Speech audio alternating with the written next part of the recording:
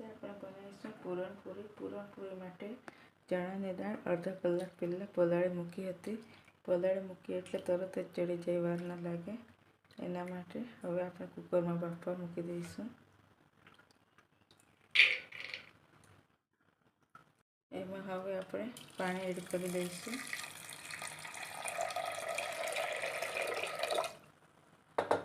અને થોડી હળદર એડ કરી દઈશું.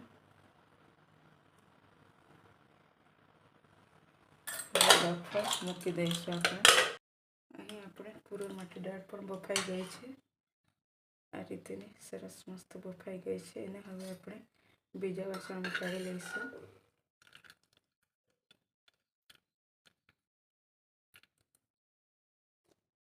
પૂરણ માટે જે દાળ લીધી હતી તેમાં હવે આપણે ઉમેરીશું આ એલચી અને ખાંડ નાખીશું. ખાંડના બદલે તમે ગોળનો પણ ઉપયોગ કરી શકો છો. એને હવે આપણે આ રીતે હલાવતા રહીશું.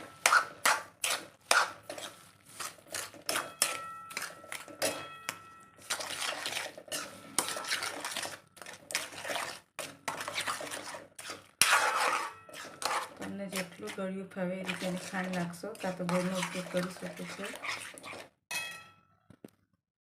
અહીં આપણું પૂરણ રેડી થઈ ગયું છે. આ રીતે આપણને ખબર પડશે થઈ ગયું છે. પૂરી માટે લોટ બાંધી દઈશું. એમાં આપણે નાખીશું મીઠું નાખીશું અને મોણ માટે તેલ નાખીશું.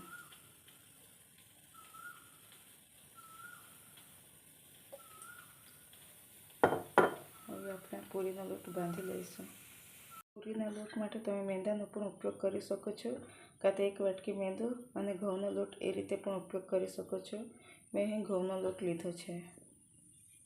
હવે આપણે પૂરી વણીશું. આ લોટને 10 મિનિટ પહેલાં બાંધીને ઢાંકી મૂક્યો હતો અને આ પૂરણ પણ રેડી થઈ ગયું છે. પૂરણને પણ આપણે આ રીતે લોહી બનાવી લઈશું. આ રીતે લોહી બનાવી લઈશું. આ રીતે પૂરણને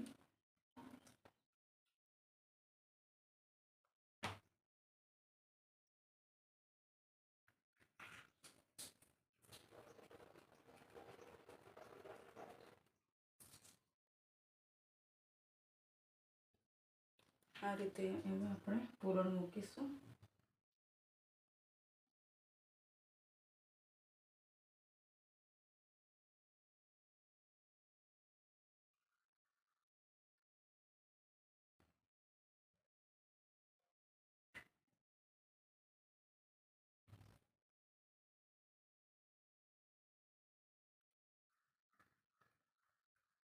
હવે એને આપણે હળવા હાથે વણી લઈશું, લોટ લગાવીને. આ આપણે પૂરી વણી લીધી છે, પૂરણપૂરી. એને આપણે આ રીતે શેકી લઈશું.